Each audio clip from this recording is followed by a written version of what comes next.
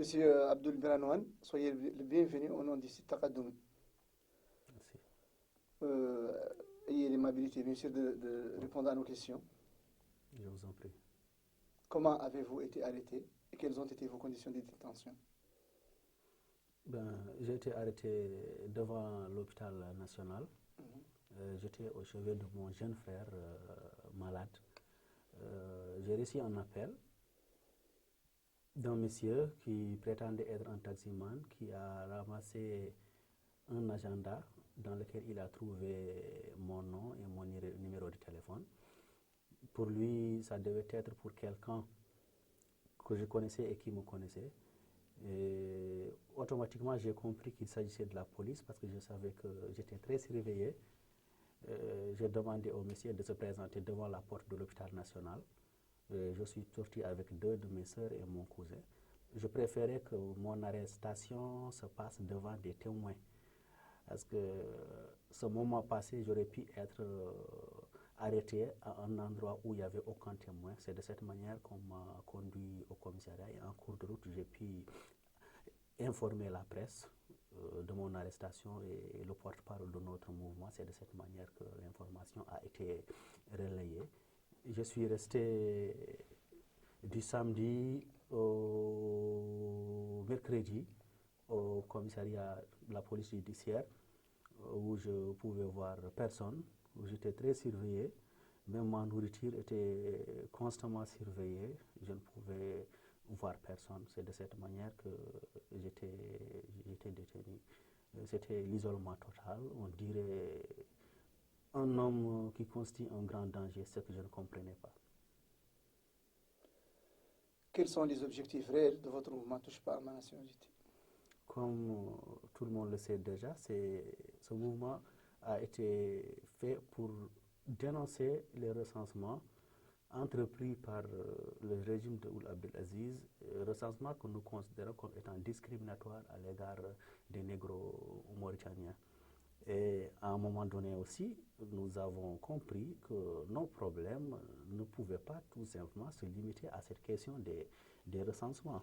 Il y a la question de nos terres spoliées au profit des hommes d'affaires étrangers. Il y a la question des langues nationales. Il y a cette question très épineuse du partage du pouvoir et des richesses.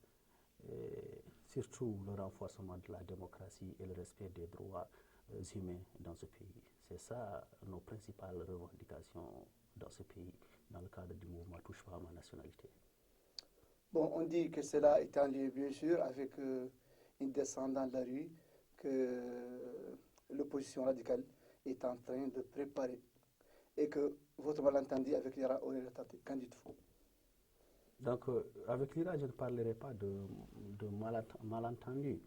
Je parlerai tout simplement d'une divergence d'opinion, c'est-à-dire surtout de stratégie. Notre manière de voir et leur manière de voir sont totalement différentes. Ils ont leur manière de procéder. Ils sont un mouvement indépendant et libre. Nous respectons. Nous ne pouvons pas nous permettre de juger un mouvement par rapport à sa manière d'agir, par rapport à sa philosophie. Alors nous aussi, on aimerait bien qu'on ne nous juge pas par rapport à notre manière de voir et à notre manière d'agir. Sinon, je ne vois aucun problème particulier. Comme les gens aiment, contrairement à ce que les gens répètent, qu'il y a des problèmes entre Biram et moi. Moi, je ne vois aucun problème. De mon côté, je ne comprends pas quand on dit qu'il y a des problèmes. Quant à l'opposition radicale qui prépare quoi que ce soit, nous, on n'est pas au courant. Je crois que ce qu'on est en train de faire, c'est tout à fait clair. Nous avons fait des marches. À chaque fois, nous avons fait des lettres adressées aux parlementaires, adressées aux sénateurs, adressées même au président de la République. Ce qui fait que nous ne nous cachons pas dans ce qu'on est en train de faire. Et notre discours, il est très, très clair et limpide. Ok, vous militez dans un mouvement qui défend parité d'une juste cause. Il est vrai que beaucoup de nègres africains n'ont pas été recensés. Mais il y a aussi beaucoup d'entre vos frères arabes qui ne l'ont pas été aussi. Pourquoi ne les associez pas vous, ou vous cherchez à les associer pour ne pas être taxés de racistes? Oui, je crois que les gens ont avancé ces idées pour nous diaboliser, pour dire qu'on est un mouvement extrémiste. Non. Quand nous avons constitué notre mouvement, nous avons fait savoir d'une manière très claire que Touche pas à ma nationalité est un mouvement ouvert à tous les citoyens mauritaniens, quelle que soit la couleur de leur peau. Si nous avons appris qu'il y a un cas d'un concitoyen arabo-berbère qui a été lésé au cours d'un recensement, si ce cas nous a été posé, nous allons le défendre comme nous défendons tous les autres cas. Nous ne pouvons pas dire que ce sont les Noirs qui sont à 100% marginalisés. Ce n'est pas vrai, nous ne le disons pas. Nous savons quelque part dans le nord, vers la région donc, de Dakhlet, tout autour de Nouadhibou, et vers Zouer, il y a énormément de nos frères arabo-berbères qui ont eu ces problèmes. Il y a certains parmi eux qui venaient assister à nos sit-ins ou à nos marches pour dire qu'ils ont été rejetés parce que leur père est déclaré Polisario, donc ils n'ont pas été recensés. Donc nous disons que c'est injuste. Ce sont les autorités qui ont voulu profiter de certaines situations pour encore diviser la population mauritanienne, faire croire qu'il y a des négros mauritaniens de ce côté qui combattent des arabo-berbères de l'autre côté. Non, ce n'est pas vrai, ce n'est pas ça notre mouvement, l'objectif de notre mouvement. L'objectif de notre mouvement est tout simplement de combattre l'injustice, quel que soit celui qui est victime de cette injustice. La preuve en est que tout récemment, il y a eu la répression contre les étudiants de l'Isérie. On sait que ce sont ces gens, au moins 99,99% d'arabo-berbères. Mais nous faisons partie des premiers mouvements à avoir condamné et à avoir dit qu'on soutient ces étudiants dans leurs revendications. Donc, il est inutile de nous taxer d'extrémistes parce que ça ne peut pas marcher. L'État a, depuis très longtemps, cherché à utiliser ces moyens, mais ça ne marche plus. Les gens ne croient plus à ça. Il paraît que le drapeau national a été descendu à l'université et piétiné par des étudiants négro-africains. Cette affaire est-elle préméditée? Sinon, quelle est votre position vis-à-vis de cet acte antinationaliste? Ça, c'est la version des autorités. Quand on veut noyer son chien, on l'accuse de rage. Les étudiants ont fait comprendre d'une manière très claire que tout ce qui a été dit est faux. Nous ne pouvons pas être pour le fait que des gens piétinent le drapeau national parce que nous reconnaissons à travers ce drapeau national. La preuve en est que regardez notre logo, Touche pas à ma nationalité. On a pris des couleurs vertes et jaunes. Si on n'était pas attaché à ce drapeau, à ces couleurs nationales, on n'allait jamais mettre verte et jaune au niveau de notre logo. Donc c'est encore des futilités. L'État, les autorités sont tout simplement à court d'arguments. Elles ne savent plus quoi dire. Alors maintenant, pour dresser une partie de la population contre les autres, on dit voilà, ils ont mis le drapeau national à même le sol et ils l'ont piétiné. Ce n'est pas vrai. Et je sais que tous ces étudiants sont très attachés à leur pays et ce sont de vrais patriotes. S'il y a des gens qui ne sont pas patriotes, ce sont ces gens qui veulent diviser le peuple mauritanien. Bon, quel message adressez-vous à la communauté arabo-berbère? Leur dire de ne pas tomber dans le piège du régime qui veut nous diviser. Notre peuple a toujours été un peuple uni depuis des siècles. Au moment même où il y avait des émirats morts qui cohabitaient avec des royaumes Peul, Soninké, Wolof, on a toujours connu ces brassages entre les différents peuples, à savoir les arabo-berbères et les noirs, depuis même que l'État mauritanien n'existe pas, depuis même que l'État sénégalais n'existe pas, depuis même que l'État malien n'existe pas.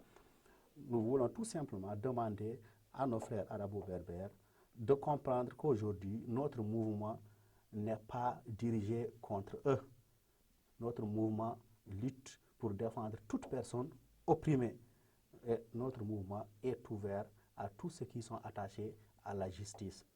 On doit aller ensemble, main dans la main, prendre tout ce qui est positif, ce qui est juste, et combattre ensemble tout ce qui divise et tout ce qui font preuve de racisme. C'est ensemble qu'on va vaincre l'ennemi de la Mauritanie. L'ennemi de la Mauritanie, c'est ce régime qui veut diviser les Mauritaniens en instaurant un système tribal, un système clanique, un système ethnique. Nous sommes très attachés à cette unité nationale. Il faut que les gens comprennent que tous, on doit aller ensemble et pas contre les Arabo-Berbères. On est condamné à vivre ensemble avec eux dans ce pays. Il faut qu'ils le comprennent. Et le message, je crois bien qu'il est très clair. On leur tend la main, ils n'ont qu'à venir travailler avec nous. Et vous verrez aussi qu'il y a des contacts et bientôt vous verrez que ce travail sera concrétisé, Inch'Allah. Avez-vous un message à adresser au président Mohamed Abdelaziz particulièrement? Oui, comme j'ai l'habitude de le dire, j'ai dit que l'erreur est humaine. Mais persister dans l'erreur relève du démon. Une personne peut se tromper et doit accepter de se rectifier. Mais il se trompe, il sait pertinemment qu'il est dans l'erreur, il insiste, il insiste, il insiste. Il n'a qu'à, au moins pour une fois, écouter ceux qui sont opprimés dans ce pays, essayer d'être juste à l'égard de tous les enfants mauritaniens, comme un père doit l'être entre tous ses fils. Donc c'est ça le message que j'aimerais lui envoyer. Il n'a qu'à mettre en avant l'intérêt de la Mauritanie. Donc c'est ça le message que je veux lancer au président. Je tiens à rappeler aussi que nous avons suivi de près et nous nous souvenons encore que Tagadoumi a été victime aussi de l'injustice et de l'arbitraire du régime de Abdelaziz. Nous demandons à Tagadoumi de mieux faire encore, toujours mieux faire. Et par cette occasion, je salue le professionnalisme de ces médias indépendants qui sont en train de faire un très bon travail. Sans le travail de ces médias indépendants que vous êtes, je crois qu'on serait aujourd'hui dans un état tout à fait catastrophique. Si j'ai été libéré en 5 jours, je crois que cela a été dû aussi en grande partie à la grande mobilisation de cette presse qui est en train de faire un travail remarquable, un travail à saluer. Et vraiment, nos vives félicitations et encouragements. Merci. Je vous remercie, M. Abdul Manouane. Je vous en prie. Okay.